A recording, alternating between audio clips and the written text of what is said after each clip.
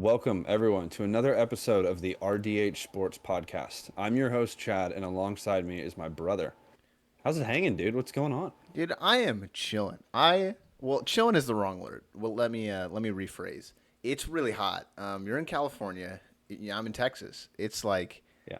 disgusting in here. I'm inside with AC, and it's still hot. I'm still sweating.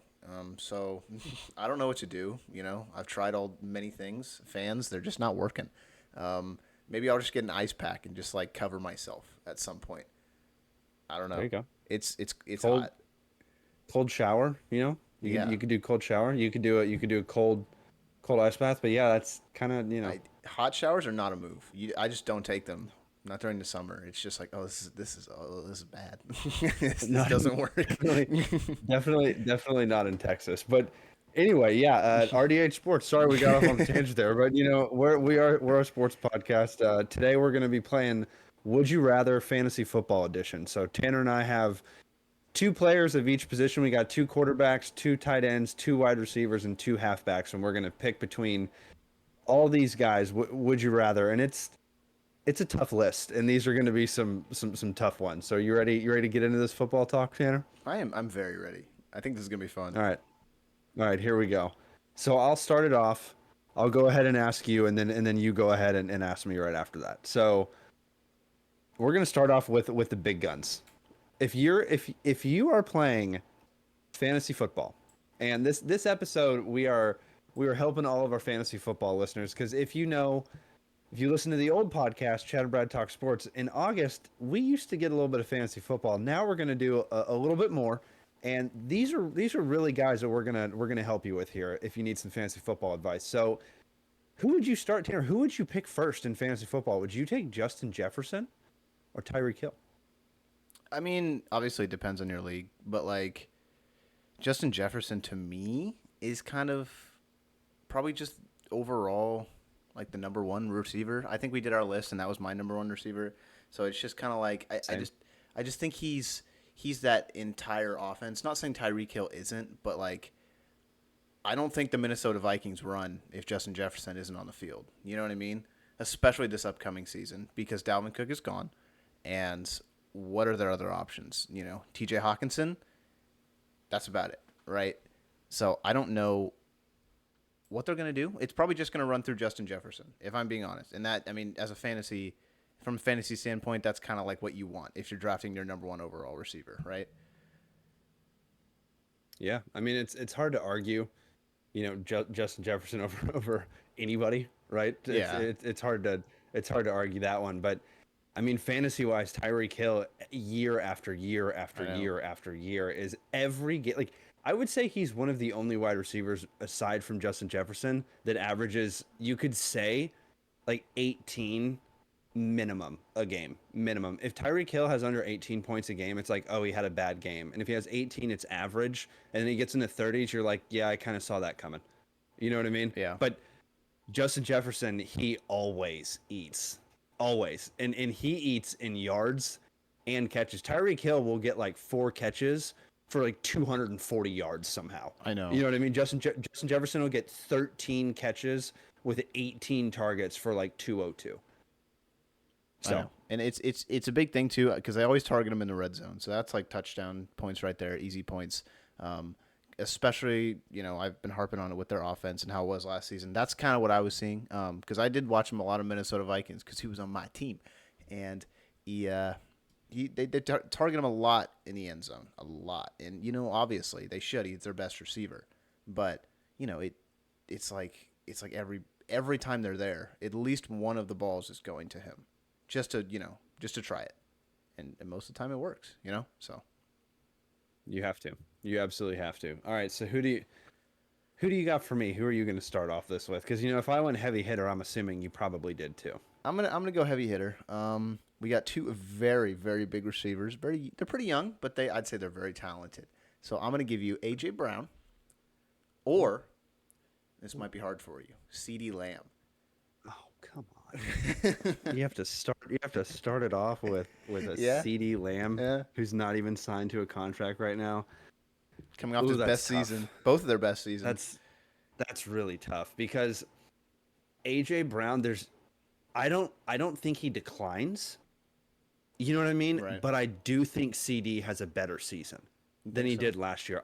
I think CD is going to continue to go up each season in terms of talent and in terms of production, in terms of everything. And if you've been watching the training camp videos, you've seen Dak throw like 4 interceptions every single day. Most of them are throwing towards CD. So I don't know if that's something, we kind of ran into that situation earlier with Dak when he kept favoring Des Bryant and he would always throw interceptions. That's kind of why that pairing didn't work. But here's the thing, CD, you double cover him and he still makes the catch. Yeah. He'll drop a slant, but he'll make up for it later on in the end of the game with an 80-yard somehow catch like this over his shoulder with one hand, touching, going out of bounds. It's like, but you missed a 13-yard slant and you were gone. You know what I mean? It's crazy Yeah. that he makes those plays. Then you go to the other side of the ball, and you go to AJ Brown, and just every time, it's the same thing. He just jumps up and he gets in front of the cornerback or defensive back because linebackers at some point get on him too. True. You know what I mean? And every time he jumps up and not necessarily uses his body, but he uses his size over the defensive back, and he's fast enough. He's so fast. So that's a tough one. That's a really tough one. But for me this year, fantasy wise, oh my gosh, I hate that you did this on the very first question. I told you they're going to be because good. if Dallas doesn't have Zach Martin, I'm going to go AJ Brown. If Dallas does take Zach Martin and they actually bring him back, I will go CD Lamb in terms of just fantasy. Because Dak relies on him a lot, and he relied on him a lot last season. So I'm gonna go on the same vein as last season, and I think he's not only Dak's number one.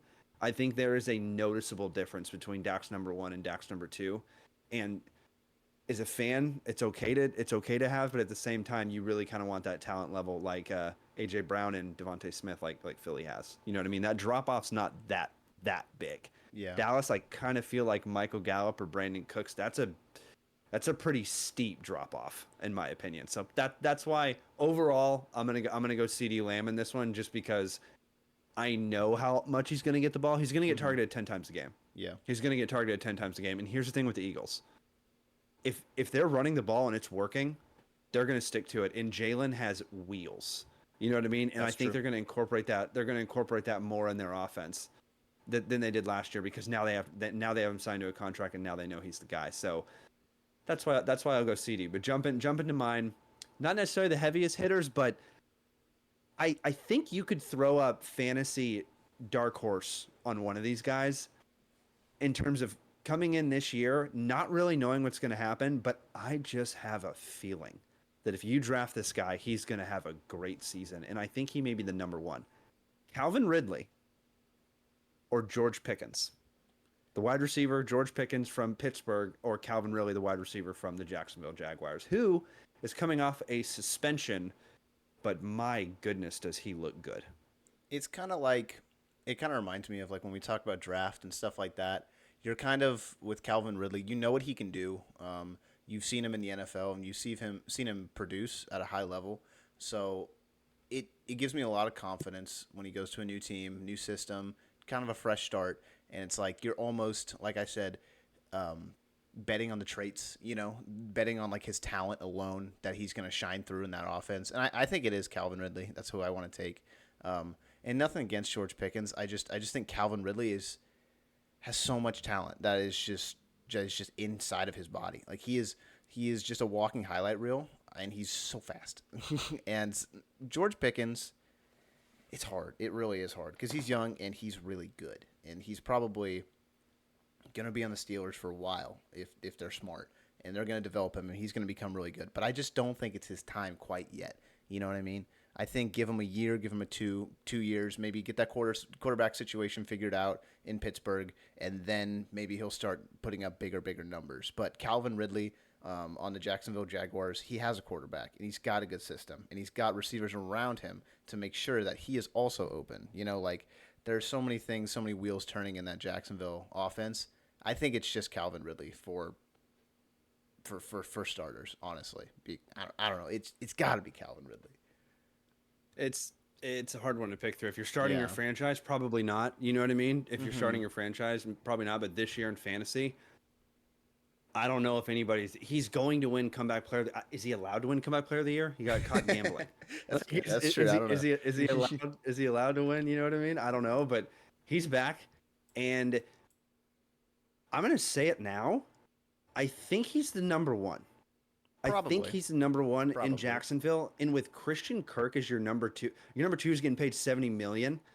That's a pretty dang good receiving core. You know what I mean? And not to mention the other weapons they have that I'm not even going to name because I don't know if you're going to ask on this list. So I'm not going to name any of the other weapons. But Calvin Ridley's a great player, and when he was in the league playing for Atlanta, he tore it up, Yeah. and they let him go. Hmm. They let him go, and he's coming back for the Jags, and that division is theirs for the taking. I So. agree. I agree. It's hard because I really like George Pickens too. He's kind of like my pet cat. You know, like I really liked him when he came out of the draft, and I was like, dang it, I hate that the Steelers got him. But he's produced and he's played really well, and I really think if they figure out that quarterback situation, George Pickens will be just fine. He will fit in like a glove in that system. Oh yeah, and solid word there, pet cat. You know, Mr.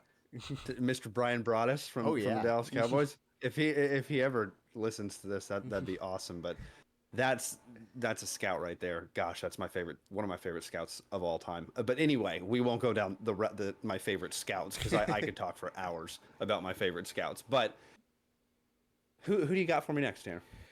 Okay, and this is kind of going to you because I think he's kind of a pet cat for you in this upcoming season. So I got Okay. Garrett Wilson or Terry McLaurin. Okay. Garrett Wilson, the wide receiver out of the Jets, or Scary Terry himself out of Washington. Uh, I could probably go play quarterback in Washington. I don't think I'd start, but maybe I can make the team. Not really, not really. There's no shot. But that's my argument right there Yeah. for Scary Terry production wise. But here's the other thing: he's the only one going to be getting the ball consistently, probably. You know what I mean? Usually he is season over season, but still, Garrett Wilson's going to be top 10 this year, dude. Yeah, Mark my words, think Garrett so. Wilson's going to be a top 10 receiver. I think the Jets make the playoffs. I think that Aaron and him have a special connection, and I think that when you have a special connection with Aaron Rodgers this early and you're this young of a player, Randall Cobb, Jordy Nelson, those guys come to mind. You know what I mean? Hmm. I don't remember if he played with Donald Driver or not. I know he played with Favre, but I'm not sure if Aaron ever got to play with Donald Driver. But anyway, Jordy Nelson and Randall Cobb, when those guys were young, look at the careers they had. You know what I mean? And Garrett Wilson is a better route runner than both of them. So I'm gonna go Garrett Wilson, and it's hard to pick against Scary Terry. I think he's on my team every year in fantasy because you can usually get him in the middle rounds, and that's a solid wide receiver too. If you're playing, an 8 to 10 man league, 12 man league, Scary Terry's probably going a little bit earlier, but. I'm gonna go Garrett Wilson on this one, and like I said, you nailed it. Pet cat for me this year. I think he's gonna be a top 10 wide receiver, and if you have a 10 man league and you take him in the first round, I don't know. You know what I mean? That may be a little reach. That may be a little bit of a reach, but second, third round in some leagues, yeah, I would go Garrett Wilson, and I don't think that Scary Terry can go that high this year in fantasy just because the quarterback. Now next year, when they draft the kid out of Ohio State, or sorry, they draft the kid out of USC, Caleb Williams. Yeah, then Scary Terry may jump there, but That would be cool. I that's mean, that's not that's who fun to that's who I watch, got to but go. I, I mean, it's gonna be them or Arizona for the worst team. You know what I mean? yeah, yeah. I mean, the thing about Scary Terry though is he just always manages to get his. You know what I mean? So it's just like random consistency that you're just like, what? How do you do that? You know, I don't know. I like him a lot. But what do you got for me? Well, I think we're starting on tight ends now. Now we're jumping on the tight ends. We're done with wide receivers for this episode. 2 questions each position. So tight ends. I didn't bring out the big gun. So we're gonna go the two more big guns. Mark Andrews or George Kittle. And I ask you this because you watch the Browns a lot, and he torches Yeah, the he Browns. does torch the Browns. A lot. He torches the Browns. And Lamar and him, we know who's going to get the ball in that offense a lot of the time. So who do you got? It's hard because I just don't know what Baltimore is going to look like this year. Because I had Mark Andrews on my fantasy team last year, and the only reason I won the championship was because I benched him, and it was like, dang, that sucks. But it worked out, and with George Kittle, it's kind of like it's not a similar situation, but it is a similar situation in terms of like the inconsistency problems over this past season. Like George Kittle, he had some off games, and then some games you would see him, he would just absolutely explode. Same with Mark Andrews, and ironically, it kind of comes down to the quarterback for both positions too. Like there's uncertainty at the quarterback position. Last year there was with Baltimore, Lamar being out, and the past year with San Francisco, with them just literally every quarterback that stepped a foot in the facility would somehow break a very important part of their body.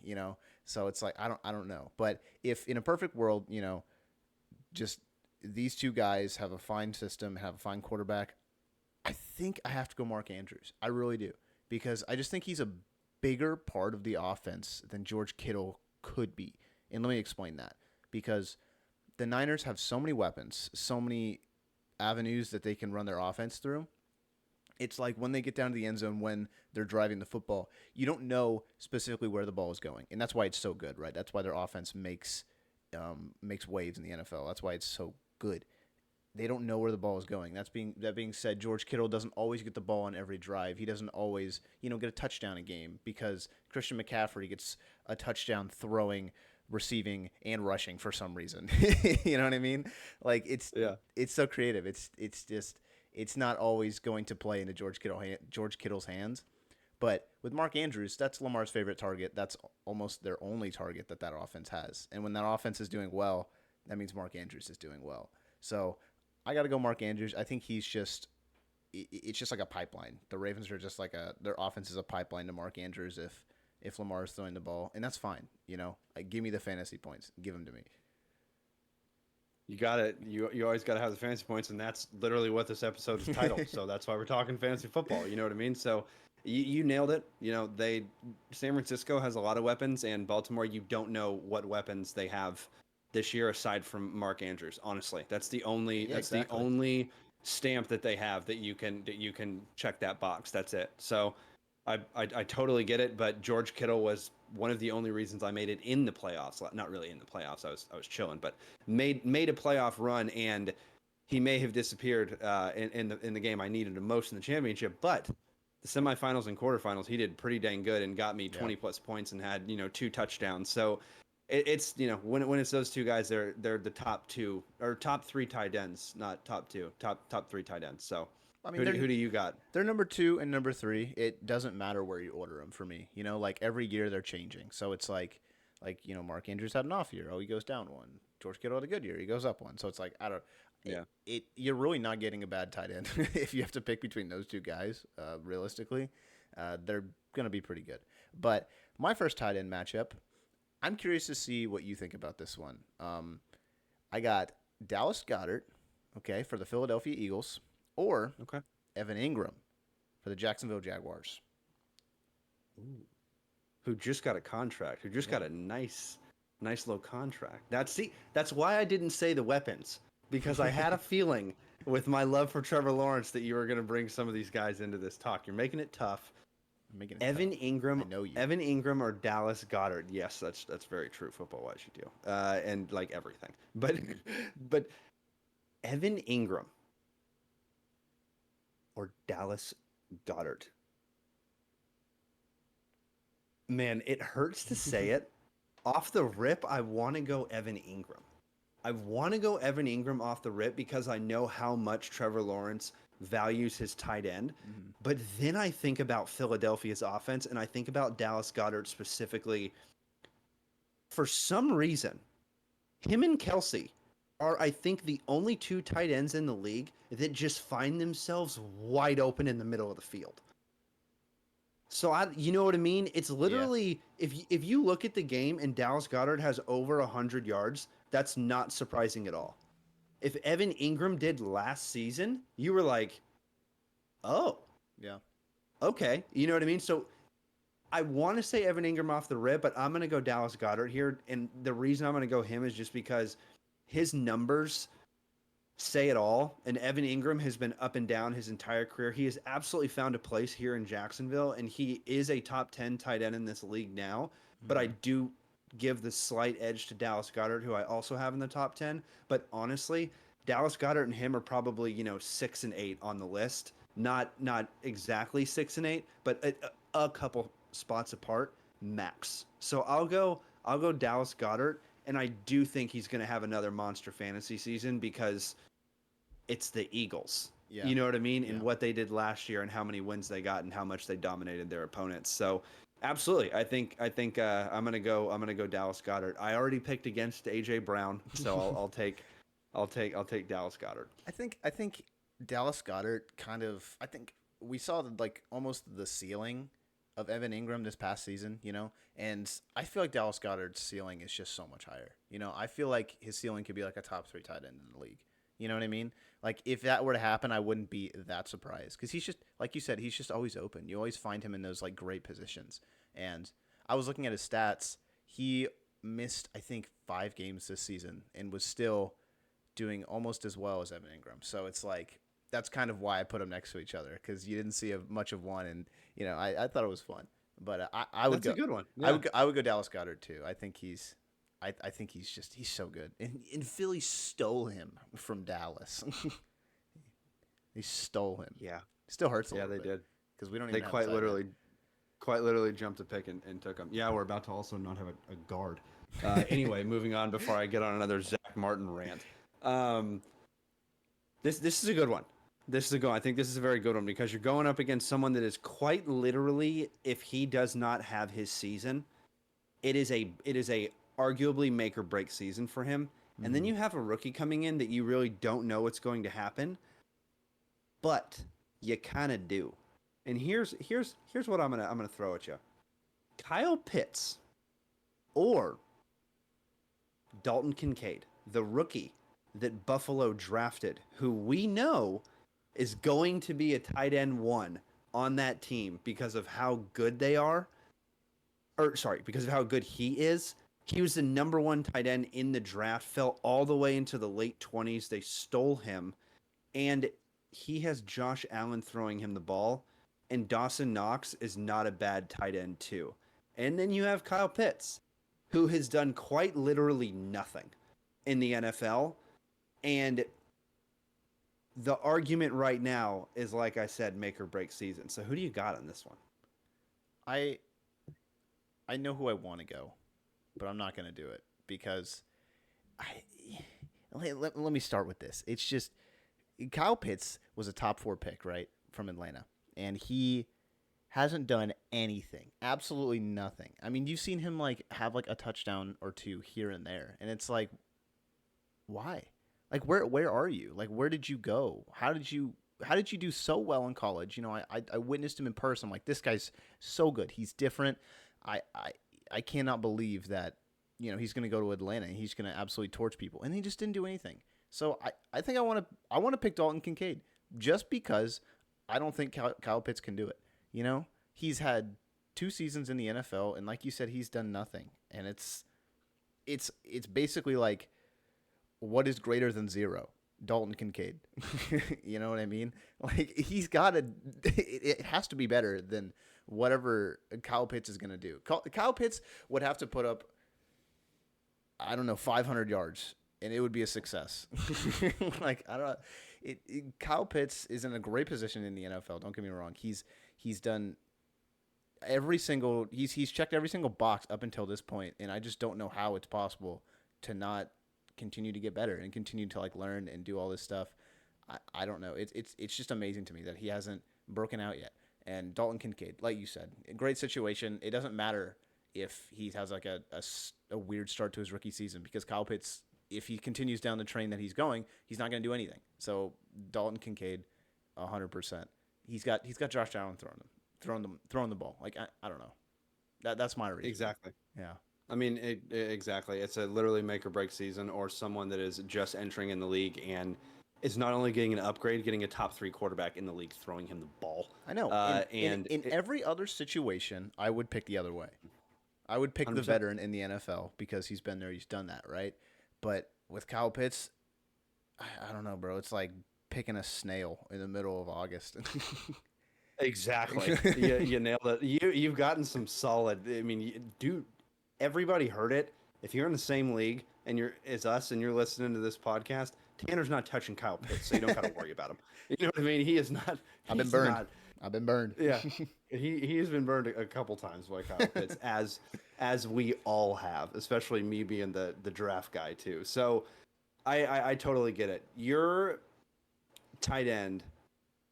Who do you got? Because your last tight end one was really hard, and I'm honestly kind of not looking forward to this one because I feel like it's going to be hard too.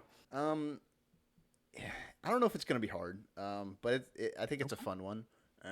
So I got Dalton Schultz, who is now on the or who's now on the Texans, excuse me, and David Njoku for the Cleveland Browns. So this one, former first round pick, David Njoku. I don't remember where Dalton Schultz was drafted, but new system, David Njoku, new quarterback. What do you think? I want to say Dalton Schultz was taken in a third round out of Stanford, if I'm not mistaken. But Dalton Schultz against David Njoku. David Njoku for Cleveland. If you are a Cleveland fan, you love David Njoku. If you are any other team or a fantasy football owner, you hate David Njoku because David Njoku is either going to get you 2 points or 10 points. Yeah. That's it. That's all he's going to do. I have been burned by David Njoku every single time I picked him up and started him when my tight end wasn't there. He got me 2-3 points. But here's the thing. As a Cleveland fan and as a football fan, I love David Njoku. One, his sellies are some of the best in the game. Some of the best in the game. Two, I love watching him play because he is quite literally a tight end that will do anything it takes to win the game. And there's a lot of tight ends that wouldn't do that in this day's game. He wanted to get better at blocking, so he's gotten better. He's gotten better at blocking. I think what you were talking about earlier in terms of ceiling, I think he hit his ceiling in terms of pass catching ability, in terms of route running ability, and he took it upon himself to get better at blocking. And I think that he's a big reason that Nick Chubb has had a lot of success. So, Yeah. as a teammate, probably David Njoku, but in this specific situation and fantasy wise, it's tough because you got a rookie quarterback throwing to him. But guess what?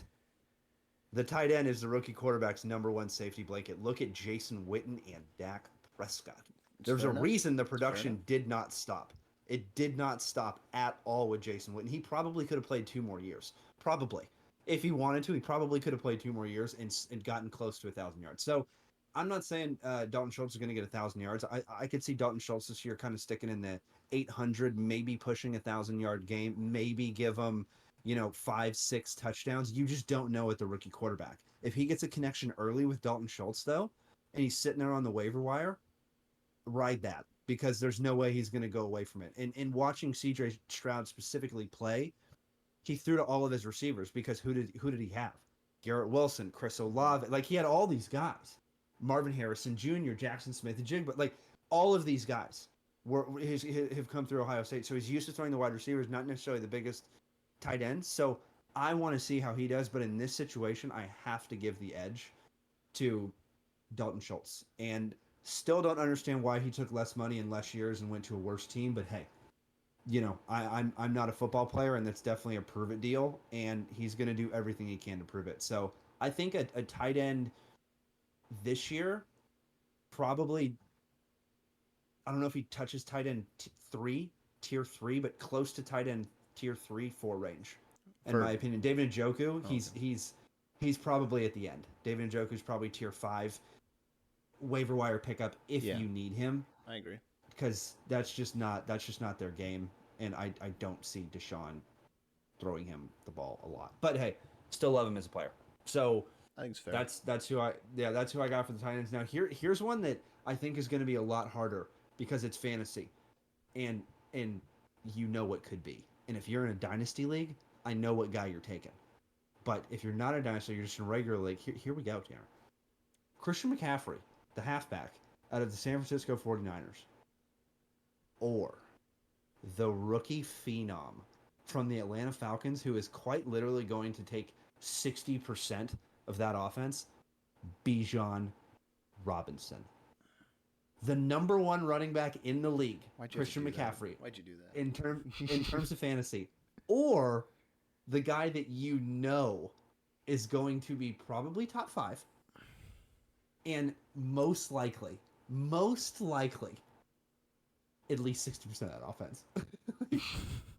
See, who else are you going to give the ball to, Atlanta? You got Drake London, and that's it. I know, and it's like, what? They don't got Kyle Pitts. I'll tell you that much. You put me in between a rock in a very, very hard place, and the very hard place is the Atlanta Falcons, and I could totally see a situation where Christian McCaffrey goes out, he has like a good 4 games, and then he just gets hurt for the rest of the season. And I'm picking Christian McCaffrey, and I'm like, well, there goes that. But it's hard. That's a really good one. You know what? I'm gonna stick with my guns. I'm gonna pick Christian McCaffrey because you're going with the veteran. I'm going with the veteran. Because I said in any situation I'm going with the veteran, and I'm gonna stick with my guns because Christian McCaffrey. I tried to trip you up. You did. That's really, why I did really did. It's really hard. Trust me, Bijan. I'm seeing like rookie Zeke coming out of the mold right now. Like I think he's gonna make a really big impact in the NFL. Is he gonna have a better season than Christian McCaffrey though? I don't know. And the injuries with McCaffrey scare me even more in this conversation too. So I'm gonna go with McCaffrey just because I think he's really cool and he can throw a touchdown, get a touchdown on the ground, and catch a touchdown in the end zone all in one game, and that's pretty cool. I think that's pretty cool. It's something not a lot of players can do or ever will do, especially at that position. So it's the number one running back in the league against the future, potential number one running back in the league. But Christian McCaffrey, if he stays healthy all season and San Francisco's offense is that good, and here's another thing. If, you don't want it to happen, but if Kittle goes down, right? If Deebo Samuel goes down, even if Brandon Ayuk goes down, that production's going to go up for Christian McCaffrey. But the 49ers know, and Kyle Shanahan knows that that's a playoff team. So he's not going to be making that push, I don't think, crazy amount with those players toward the end of the season unless they need it. And that division with Seattle, they're probably going to. Don't know what the Rams are going to do. You know what I mean? You don't know really what's going to happen in that division. But I would have to agree with you this season. I would agree with you this season. If you're in a dynasty league, it's hard, right? Because you got Christian McCaffrey year over year in dynasty, and who I have in dynasty, and then Bijan Robinson, who's going to be the number one pick in your dynasty league no matter what. So personally, for me, I would go Christian McCaffrey this year. But if I'm in a dynasty fantasy league, I'm taking Bijan. You know what I mean? I'm taking Bijan if I'm in a dynasty fantasy league. But don't worry, I didn't get the number one pick, so I couldn't get him this year. Who is your first running back for me? This is a fun one. Because I got my favorite running back versus the king, Derrick Henry. So Nick Chubb versus Derrick Henry. Derrick Henry is on a decline in his career. Everyone can see it happening. Nick Chubb might be at the highest point he's ever been. Who are you taking? Well, I still don't know how Derrick Henry's even playing football because I thought he was a free agent, but I've seen him in training camp and seen him working, so I guess he's going to be playing for the Titans, and I'm totally cool with that. You know what I mean? Mm-hmm. Nick Chubb is that entire offense for Cleveland. He is quite literally their entire offense, and Kareem Hunt is not there. That's true. Which means the red zone is not there with Kareem Hunt, which means the season he had last year, it's going to be better. It's going to be better than last season. And Deshaun has to lean on him because this is also not necessarily a make or break, but pretty close for Deshaun. He's got to get back to that high level. And how do you get back to that high level? You do halfback dive on first down. You get 6 yards. You do it again on second. You get 3 yards. You do it again on third. You get 4 yards. Then Deshaun throws a slant and Coop gets 4 yards. Yeah. Then all of a sudden you got the Speedy Browns wide receivers that does a play action pass and they're wide open down the field. And that's what Nick Chubb brings to the field. Derrick Henry just is quite literally a hammer and you're the nail, and it doesn't matter who you are. Maybe Brian Dawkins could hit him and maybe stop him, but I don't know. Maybe Sean Taylor, I don't know. You know what I mean? Some of the biggest hitters ever of all time. You haven't really been able to see it in the league, in the current league. So it's kind of tough, but I have to go Nick Chubb for sure. Even if I was starting a franchise, Nick Chubb definitely. 2 years ago though, Derrick Henry. Yeah, 2 years ago for sure, Derrick Henry, but not now. I do think this is Derrick Henry's last year with the Titans. I do think he's going to be a free agent, and I'm interested to see where he goes and his decline. Nick Chubb, he's getting up for a contract pretty soon. Where's he going to go? You know what I mean? Because the Browns got a really good offensive line, and they lean on him. And you're seeing with the game where it's going right now with the running back position. But Nick Chubb for sure. I think the only situation I see that Nick Chubb doesn't succeed as like a top 5 running back, let's say in this league next year, like yards wise, is if they just don't use him. And you saw that a lot with the Cleveland Browns last year. They just like stopped giving the ball to him and started throwing the ball every other down or every down, and it's like, why? You have one of the best running backs in the league. And that's kind of what I'm scared for. If you do kind of get Nick Chubb, I had him this past year, and sometimes they just didn't give him the ball, and it's like, why? Like, what are you doing? Like, why? I don't understand. You don't have anybody else. Like, I watched the Hall of Fame game. They were trying out the 3 other running backs on their roster that they had in the very beginning of preseason. So that tells you that they don't know who's the number 2 yet. So it's Nick Chubb and it's everybody else. So I really, really think that they just need to give it to him. Let Deshaun just, do whatever he's going to do. Not be a game manager, but just let Nick Chubb cook. That's what you got to do. And I think they'll do it. I don't know for certain though. Absolutely. They should if they're smart. They have to. Yeah. They have to. But who do you got for me? They absolutely have to, and I couldn't agree more. This one's tough because you could argue injuries for both of them, and you can argue production out of nowhere from both of them. Josh Jacobs, the reigning rushing leader, or Saquon Barkley, who recently signed a 1-year franchise tag and is officially back for the Giants, but has been very injury ridden. Josh Jacobs has been, somewhat injury ridden throughout his career as well, but last season had the season of his life and was the best running back in the league. So who do you take in fantasy? It's hard. That's hard because Josh Jacobs is always like at the lowest. He's like a running back 2. You know what I mean? Like at the lowest point. And obviously Saquon is always a running back 1, but when he's not on the field, he's a running back 99, like you're not even going to put him on your team. That's hard. That's really hard. I'm going to go with consistency over peak. So I'm going to go with Josh Jacobs. I think he had a really great season. That's going to give him a lot of freaking confidence going into this next season. And the Raiders, while they do have a good offense on paper, I don't think it's going to be that great, especially with Jimmy Garoppolo. He's going to, be more like that game manager role that he played in San Francisco. And I think they're going to give him the ball a lot. Josh Jacobs, that is. I think they're going to lean on him because they know that he can do it now. You know what I mean? And then they're going to go play action deep with Devontae Adams and go crazy because that's what he loves to do. So I'm going to go Josh Jacobs. I think it's the safer pick, especially I don't. It's hard though because if Saquon doesn't get injured, it's clear he's clearly the better back. It's just he's clearly is, especially when you got Danny Dimes throwing him the ball. But Josh Jacobs, I think consistency at this point in time. If Saquon has another full year where he's fine, he's good to go. Saquon, 100%, no questions asked. But at this moment right now, Josh Jacobs. It's hard to argue against the NFL's leading rusher. You know what I mean? It's really hard to argue, and I've been plagued with the Saquon injury train with fantasy owners a lot. Because he is quite literally one of my favorite prospects coming out of Penn State, out of college I've ever watched. One of my favorite prospects of all time. Backing him up was Miles Sanders. Just imagine if you had to face that. That would be horrible. That would be horrible. I couldn't imagine doing that, especially in college. You know what I mean? Yeah. But anyway, Saquon Barkley, I had him last year, and he was on the field last year, and he averaged about 20 points a game last year. But so did Josh Jacobs. out of nowhere.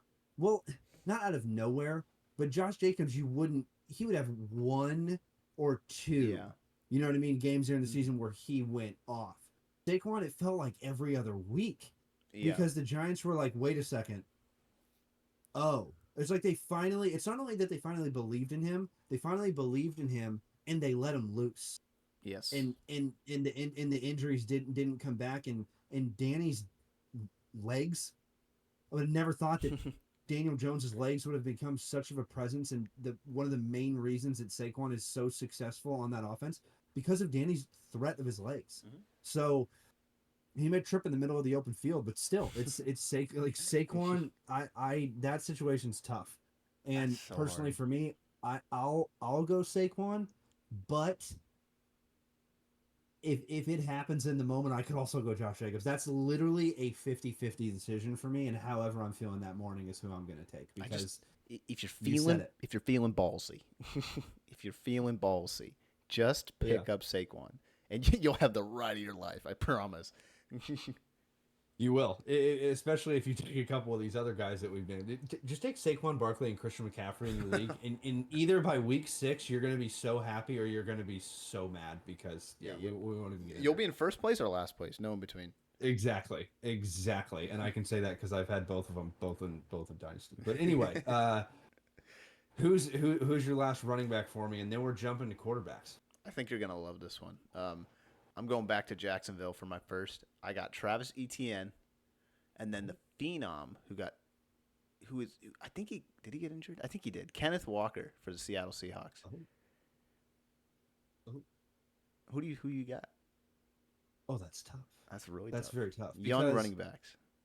because and you know, building franchise around young talent, especially like an ETN or a Kenneth Walker. You know what I mean? Kenneth Walker the third out of Seattle and Travis Etienne out of Jacksonville, like you said. Hmm. Here's my thing. Here's my thing. If you would have said Brees Hall out of the Jets, what's crazy is I would have immediately gone Travis Etienne because of all these rumors and all this rumors of Dalvin Cook signing with the Jets. Hmm. I don't know why. I get it. Well, I do get it. It's Dalvin Cook. I understand. You have Aaron Rodgers. Your window is literally a couple years. So you bring in Dalvin Cook and Brees Hall as your number 2. My goodness, that would be immediately the sickest running back tandem in the league. Not even close. But Kenneth Walker completely disappears in games. Like completely disappears in games. I feel like I've seen a couple games where he's just Yeah. completely not been there. And here's the thing: the argument toward that is it was Geno's first year in Seattle last year, and now he knows how hard he can lean on him. But Seattle's offense is so built for those deep balls and those deep passes. Tyler Lockett and DK are so good at it, and Travis Etienne he's played with Trevor Lawrence since Clemson. He won a national championship with Trevor Lawrence. Like they drafted him in the second round.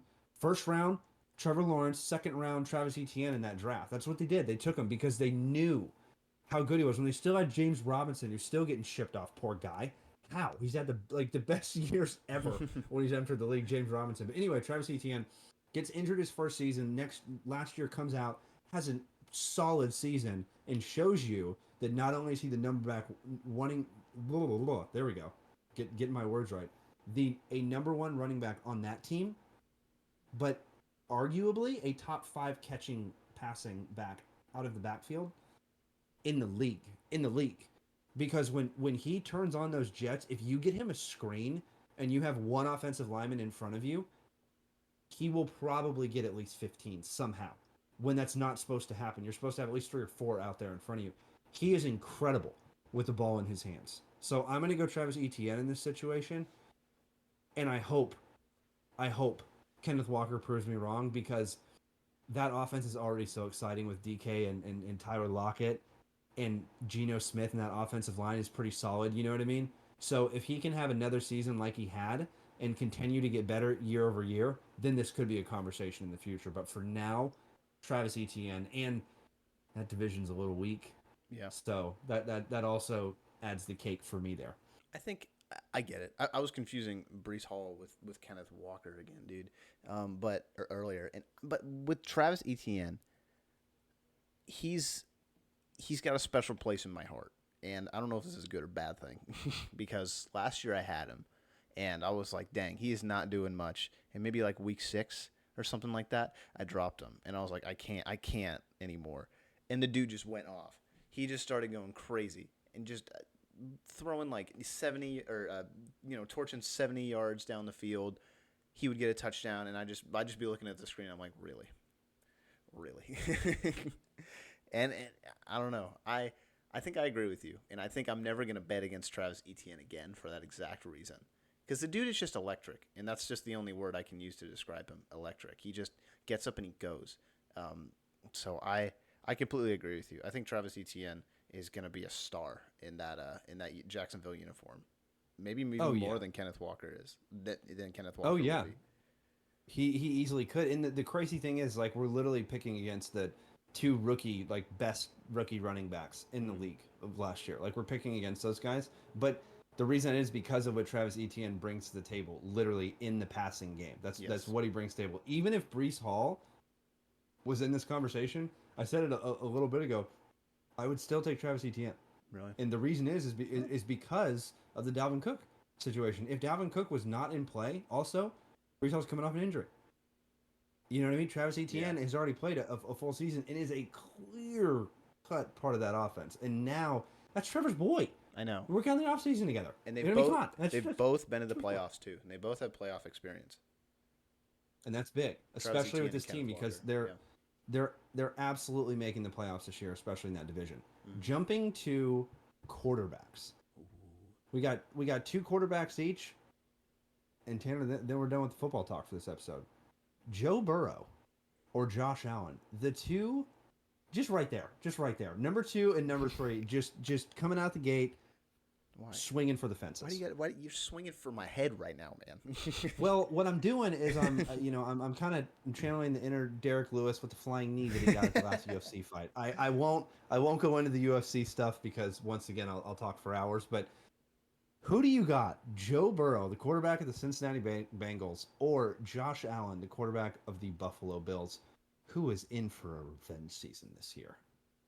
It's basically who do you think is going to do better? And it's impossible to pick with those two because they basically finish in the same spot every year. Exactly. That's why I didn't put Mahomes in that conversation, because you can get out of it with picking Mahomes. You can't get out of it with picking You can't put Mahomes in these lists. What do you mean? No. But I'm going to go with Joe Burrow. And it hurts to say, but I think Joe Burrow, no pun intended, I think he's got the ice more than Josh Allen does. Because he's been to a Super Bowl, Joe Burrow has, AFC Championship game, and he's been doing it for a shorter amount of time than Josh Allen has. And don't get me wrong, Josh Allen has gotten better and better and better every single year throughout his career. But he just hasn't taken that next step yet. You know what I mean? It's almost like it's like I can more easily bet on Joe Burrow to make like an AFC Championship game than Josh Allen to make an AFC Championship game. You know what I mean? Because it's like something always happens. Like even if Josh Allen plays the perfect game, something just happens. You know, he just gets beat in the divisional round, or even if he makes it to the AFC Championship game, he's not making it to the Super Bowl. So it's like I've seen Joe Burrow. I've seen him make it to the Super Bowl. I've seen him make it to the AFC Championship game and beat Patrick Mahomes in the process multiple times. You know, that's like the biggest hurdle that Josh Allen hasn't done is beat like the Bengals, beat Patrick Mahomes. You know, exactly. And Joe Burrow's only lost to Mahomes once, and Josh Allen's lost to him quite a bit. So absolutely, that's hard. That's a really tough one. That's a really tough one. But I would have to agree with you. In terms of fantasy, you could obviously spin it different ways because Josh Allen likes to go deep. He likes to put up big numbers. You know, purely based on like how far each quarterback will go in like the regular season and playoffs. I would probably pick Joe Burrow. I could see it if you pick Josh Allen because I have him and he's just like he just puts up 45 points a game. You know, it's just like what the heck? How? How did you just do that? Sometimes he'll disappear and he'll throw like interceptions and he'll have like a 20-point game, or he'll have just like a regular game, like a 15-point game, and it's like what? You played so well, and then you got so close, and it just didn't it didn't work out. So I'm picking Joe Burrow just because I think he's got a higher ceiling. I think he can just do it. He's got the ice, Joe Burrow. He does. He does have. He does absolutely have the ice. But yeah, I mean, it's tough to argue with. The stats you gave out and everything. I'll for the sake of argument, I'll take Josh Allen. Why not? You know what I mean? I changed my decision. I'll take Josh Allen. Why not in fantasy? And thing about Joe Burrow, man, is he's never going to disappear, and Josh Allen has disappeared. The only time he really did is a couple regular season games and a couple playoff games. Joe Burrow has had the bad games, but yeah, it's hard to bet against Joe Burrow. But for this season, it's revenge tour, so I'm gonna go Josh Allen just for this season. That's it though. Yeah, I thought last season was going to be the revenge tour after that crazy like 13-second comeback from Mahomes, but I I don't know. But let me move on to my quarterback question. This is a weird one. I hope you're ready for this one. The next one's even weirder. Okay. I was tempting putting Dak in here. I didn't do it for the Thank you. comparisons that I didn't want to make. I'll start with Geno Smith or Okay. Kirk Cousins. You can see where I would have put Dak. Oh yeah. I'm gonna have to go. They're both top quarterbacks. I'm gonna have. I'm gonna have to. It's really hard because the thing with Kirk Cousins is he can literally throw the ball to Justin Jefferson and get 200 yards receiving a game, like or 200 passing yards a game. Sorry, get 200 passing yards a game, like just by throwing to Justin Jefferson. 200, a little steep. You're not gonna average 200. 150, can't argue he's gonna average 150. You can't argue against that. You can't. Against Jair, the only time he hasn't, literally, and Yeah, like yeah. that's it. And randomly against the Cowboys when we beat them by like 40, which nobody saw coming. But anyway, it's hard to argue against Kirk Cousins, especially in the regular season and especially with a guy like Justin Jefferson. Gino had one season last year, and that's the only thing really that he's had in his career. He's been a great backup everywhere. So I'm gonna lean on consistency here, Fair enough. and I'm gonna go with Kirk Cousins just because he has Justin Jefferson now. Kirk Cousins also doesn't have Dalvin Cook, so the reason I'm also picking Kirk Cousins is because I think they're going to lean on their passing game even more Hmm. this year without Dalvin Cook. I know Madison can step in and be an easily decent, not decent, better than decent halfback two, and is now the halfback one. He's had great games, so I understand why they let Dalvin Cook walk. If it was me, I wouldn't have let Dalvin Cook walk, but I'm gonna take Kirk Cousins this year, even though I do think Gino's going to have another great year. But Gino had one good season, and you see what happens when quarterbacks have one good season. The next year, it's usually not as good because every other team has started to really dive into the tape on this guy. So it was kind of a surprise last year with how good he did. It was way more surprising he did better than Russell Wilson. Can't believe that. You know what I mean? They got less money, and I can't even believe that. But I'm gonna have to go Kirk Cousins for sure. For sure, Kirk Cousins. In the playoffs, though, honestly, I'm taking Gino. Fair enough. Just saying. Just Yeah, saying. I completely agree. It's hard because Kirk Cousins, even though he's just like got the Kirk Cousins vibe to him, he's been a really really good quarterback over the past couple seasons. You can't deny that statistically and just in terms of being a winner and being a franchise quarterback. I mean, the Vikings were amazing last year. I mean, they were amazing. They put up a really good record and they beat a lot of really good teams. I mean, I remember that Buffalo game and I was like, "What the heck?" But I agree with you. I got that pick 'em wrong. Me too. Don't worry. But I got to go Kirk Cousins as well. I'm glad he got out of Washington when he did. I'll say that because he's seen a brighter light since then. For sure. Yeah. Absolutely. Now, the last quarterback question for you, and then you got one more for me. And I'm sorry I have to end your questions on this one. We're gonna go Jacksonville. We're gonna go Trevor Lawrence, or his quite literal counterpart in Chicago, Don't number do it. 2 in the draft, Don't do it. Justin Fields. Oh my God, he did it. Number 1 in the draft, Trevor Lawrence. Number 2 in the draft, Justin Fields. Justin Fields, you're getting more running game. Arguably, top 2 running quarterback in the league. Arguably. Mhm. And Trevor Lawrence is arguably the best passer projection. It's hard. It's hard to not say so. It's hard to not say in 5 years that Trevor Lawrence isn't going to be right up there. Now you can't say anything against Mahomes, right? Like the dude throws behind his back and still gets it 30 yards somehow. But still, Who do you got in that one? Because that's tough. It's like Marcus Mariota versus Jameis Winston all over again. I think, Except these two are way better and they worked out. No offense. except these two are real quarterbacks. They're both still in the league. They're both still in the league. They're both number twos, but still.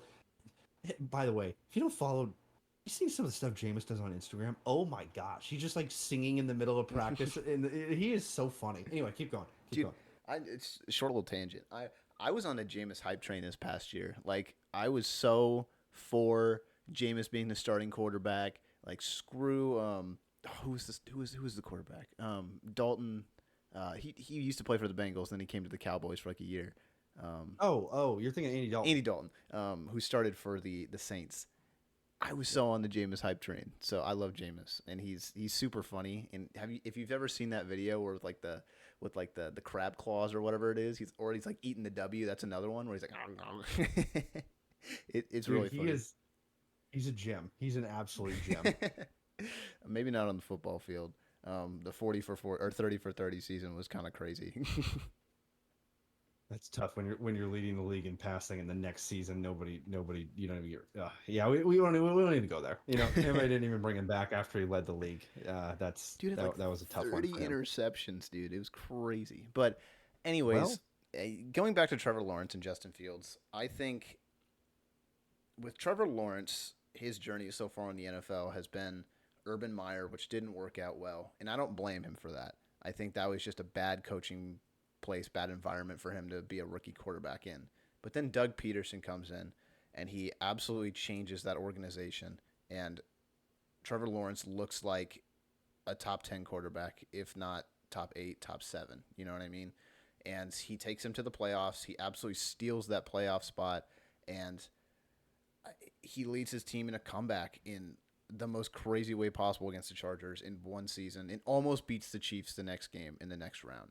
So that's a pretty insane resume. Justin Fields, on the other hand, in terms of fantasy, in terms of him as just a quarterback in fantasy and stuff like that, the dude put up 1,000 yards rushing and I think over like 2,500 passing yards or something like that, something close to there. And that's a winning recipe if you're a fantasy quarterback. I mean, there's a reason why Lamar Jackson is like number 2, number 3 every year. You know what I mean? Because he always has that threat of putting up so many big numbers. He gets 10 points a game with rushing. You know, Lamar and Justin Fields. It's just a different element that Trevor doesn't necessarily have. But randomly he has wheels. When Trevor wants to get out the pocket, he has wheels and he runs people over. He does, and I think that's just kind of because he's like a young quarterback kind of thing. He still has athleticism, but I gotta go Trevor Lawrence. I think that he is gonna have a breakout season. I think he's gonna, like Josh Allen did, I think he's just gonna continuously get better and better and better. And there's a lot of question marks around Justin Fields, and that's like kind of my biggest concern. Although I think he's had his best situation this year, in this upcoming year, that he's ever had.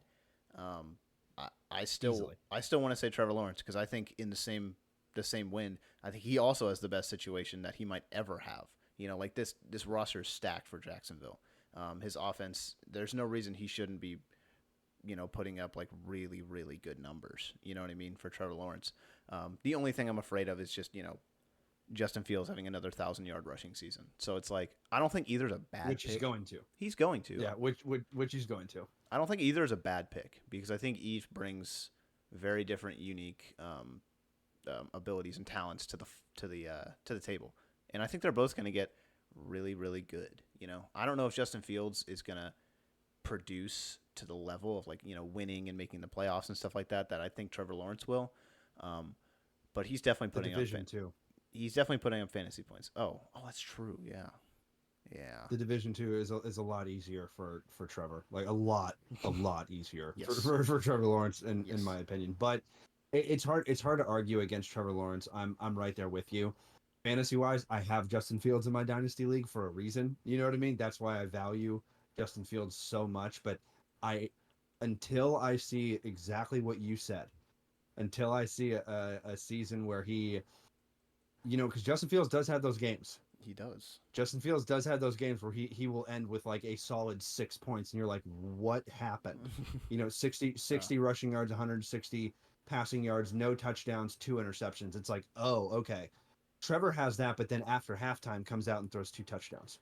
So I think that Trevor is the better passer. Obviously, Justin's the better rusher. Justin's arguably going to go down as one of the best rushers in the NFL. He continues to do what he does each and every season with 1,000 yards rushing. That's absolutely insane.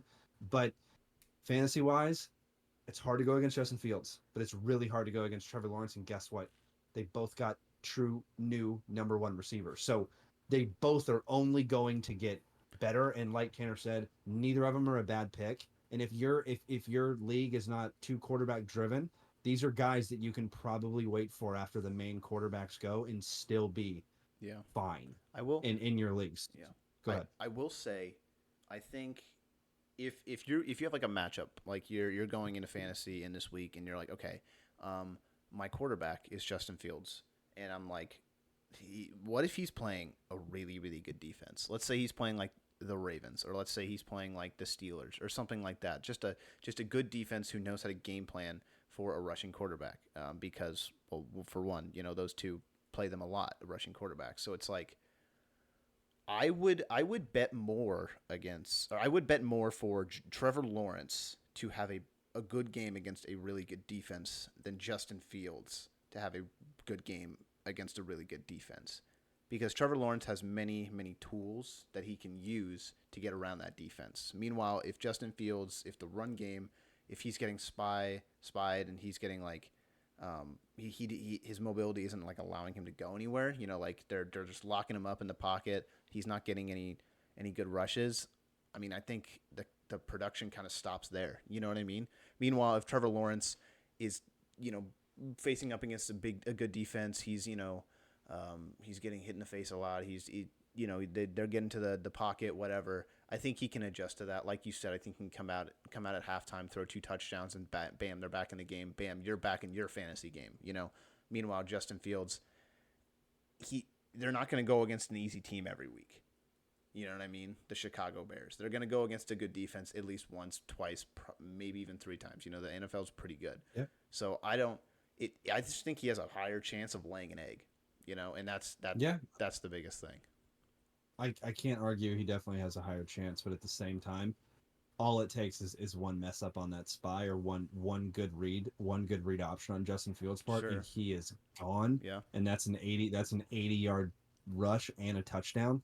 So I get it. I totally understand. And it like we said, if you're in the middle between these two players, you're looking okay in fantasy. But yeah, Trevor, he does it not only against good defense, he does it in the playoffs against good defenses. Like you said, he almost took out the Chiefs and he took out the Chargers after a horrendous first half. But anyway, moving on to the last quarterbacks of this one. Who do you got for me? This might be like super underwhelming, and it might be super easy for you, but statistically, I want to throw out numbers, and I'm going to say my 2 quarterbacks, and then I'm going to tell you their numbers, and I'm just going to ask you to guess which one is which. So I have Jared Goff is one of them, or Justin Herbert. Now, obviously, I know where your brain is going to go, but let me pull out their stats real quick, because I was really surprised when I looked at this. Jared Goff, as you know, he's been playing very well in Detroit. One of the quarterbacks has had 4,438 yards this past season, a 29-7 touchdown interception ratio, and 4 fumbles. Now, the other quarterback has had 4,739 yards, a 25-10 touchdown interception ratio, and 3 fumbles. So I will repeat. There's one with 4,700 yards and one with 4,400 yards. One with 29-7 touchdown interception ratio, one with 25-10. And one has 4 fumbles and one has 3 fumbles. I would have Justin Herbert has to have the more fumbles, right? No, Jared Goff has more fumbles. Really? Yeah. Jared Goff had more fumbles. That's crazy because Justin Herbert ran a lot more than Jared Goff did. Yes. But that's crazy that the season was that close, and Detroit is getting a weapon in the middle of the season when Jameson Williams comes back after his 6-game suspension, and Amon St. Brown is clearly a number 1 and young, and they have Jamar Gibbs that is going to be the next Alvin Kamara, but potentially better. And their offensive line is really, really good. The Chargers got arguably the number 1 or number 2 receiver, depending on who you're talking about, with Quentin Johnson out of TCU.